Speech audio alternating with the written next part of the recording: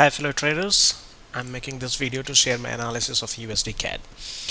If you have watched my previous video of USD CAD, you know that I talked about trading USD CAD as per this long-term trend, which started from this point and it made first drive retracement, second drive retracement, and it looks like this is going to make the third drive, which will end here.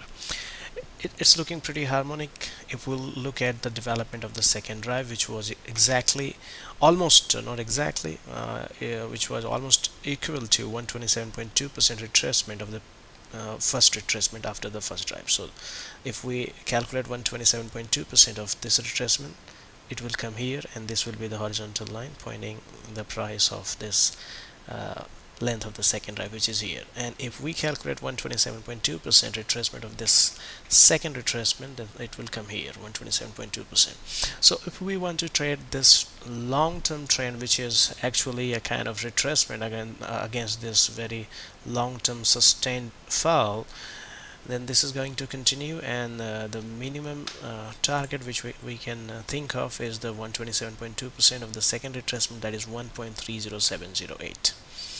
And I have taken my position after 38.2% retracement of the recent rise from this point to this point. So this is the 38.2% of rise, which is 1.26589, and I have marked this 38.2% of recent rise as a blue horizontal line, which is 1.26589. From here my SL and TP will be something like this. So let me go back to this time frame. So this is 26.589, and my SL will be below this swing low. This is giving me something around 166.5 pips, and my TP is giving me 414 pips. So my reward is almost more than two times more than two times bigger than my risk. So this is a pretty good risk and reward ratio. However, we need to think of fundamental factors which may affect this trade, and we looked at the today's event of Bank of Canada, and today Bank of Canada maintains the policy of its overnight rate. It also set to continue this forward guidance for any upcoming change in the policy rate, and also it continues the current pace of quantitative easing. So there is no tapering in the there is no possibility of any recent tapering in the quantitative easing by the Bank of Canada. It seems like Bank of Canada is following the following the US Fed, and before US Fed starts to taper, they're not going to taper. So it was temporarily a negative news for CAD. That's why we see a very sudden upward move in the USD CAD from here to here, and which broke the previous tendency of making lower lows and lower highs. While market was retracing down, it was making low, lower high, lower low, lower high, lower low.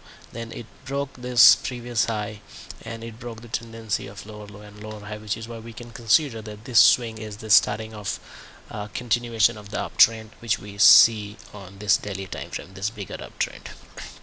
And then I waited for the retracement, and I took my position at 30% of this whole move up and 38.2% of this whole move up. So I'll talk about the entry which I took at 30% of rise in this video after I discuss this entry.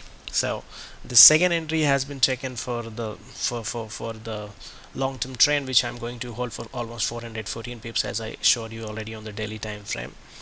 And since there is nothing new there is nothing uncertain, or there is nothing surprising expected in terms of fundamental news for the interest rate or quantitative easing, we can believe that the trend will continue like this, because market can keep moving in one direction, just like the Newton's first law of motion, unless there is an external force. An external force can be change in fundamental news. So these most important fundamental news are not changing anytime soon, and that's why we can probably achieve our target If we look at the previous movement, it had taken almost 15 days to complete the second leg of the three drive, so it can again take the 15 days from here. So if we think of the number of days, 3 days has already passed, so 15 days will take us to another 15 days will take us to September 15 plus 8, September 23. So we have another 12 days to probably another 12 days to probably complete the target of this three drive and the target of this long-term trend based trade. In another 12 days, there are few news like CPI from both the countries, US and Canada, unemployment changes from Canada, retail sales from both the countries. Having seen the recent data of average hourly earnings, non-farm payroll, CPI, etc. from the US, I believe that the upcoming news of CPI and retail sales will also be the mixed, and it will not cause any huge impact on the current trend. Similarly, if I look at the recent economic news from the Canada, I don't see any surprising upcoming data from Canada in unemployment or maybe in CPI that can that can completely change the direction of USD CAD. So I believe that there will be a temporary spike, temporary move because of the upcoming news. However, this trend may continue, and I'm holding on to this long-term trade. So that's all about this one trade, which is a long-term trade based on this long-term trend and this harmonic three drive pattern, which is targeting here 1.3070 or 1.3065. You can just plot it on your broker, and you can calculate the exact whether it's 3065 or 3070, and you can set your target. Now I'm going to talk about the short-term trade. So I have taken two trades with equal risk, irrespective of number of pips. In this long-term trade, our stop loss is bigger, approximately 165 pips. So my lot size will obviously be smaller, so that I will not lose more than 3% in the trade. So and I have calculated my risk in the short-term trade according to the number of pips involved in the stop loss of the short-term trade. So for the short-term trade, I don't want market to retrace more than 61% of recent rise from this point to this point. So 61.8% of recent rise is 25,945. I wanted to enter as early as possible for the short-term trade, which is why I had taken my entry already right after 30% retracement against this whole move up from here to here. So 30% retracement is this level from where my stop loss will be 85 pips. So I calculated my lot size according to 85 pips to keep my risk equal to 3%. So obviously the lot size of this trade will be bigger than the lot size of the long-term trade.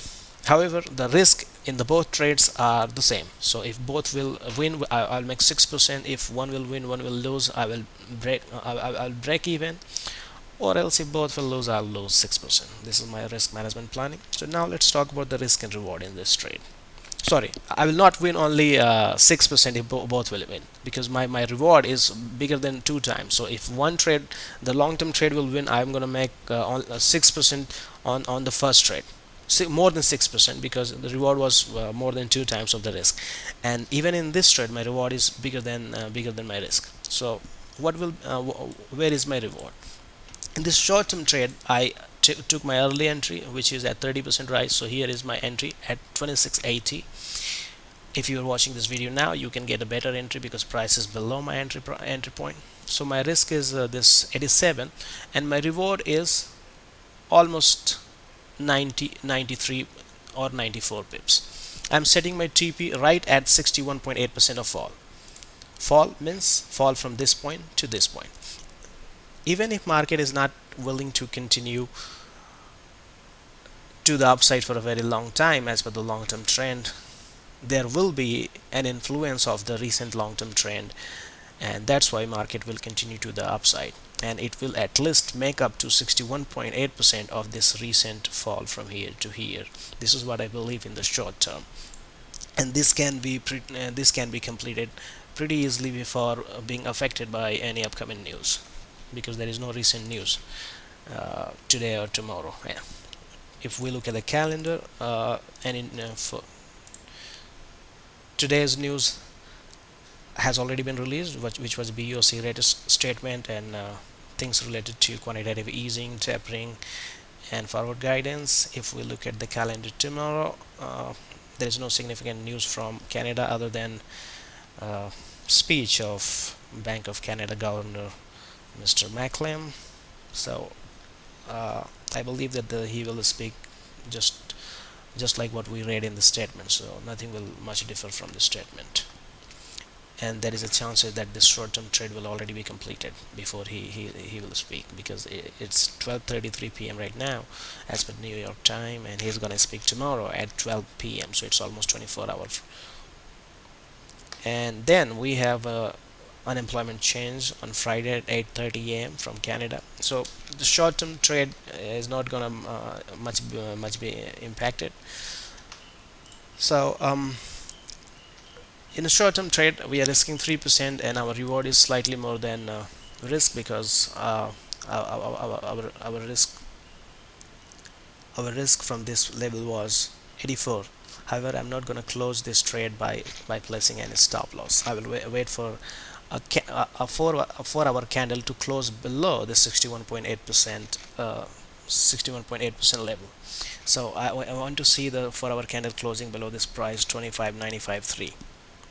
So by the closing of the candle, my number of pips on the risk may increase by, let's say, 5 pips or 6 pips if the candle will close 5 or 6 pips below the 61.8% of line. So my risk can be 84 or maybe 90 or 95, and my reward is also similar, 93-94 pips. So this is equal risk and reward trade, and it's a short-term trade where I'm risking 3%. So if this trade will fail, I will lose 3%. If it will succeed, I will make 3%. But if we talk about the bigger trade, if that will succeed, that will make more than 6%. If that will fail, that will lose only 3%. So that's all about these two trades, and thank you for watching.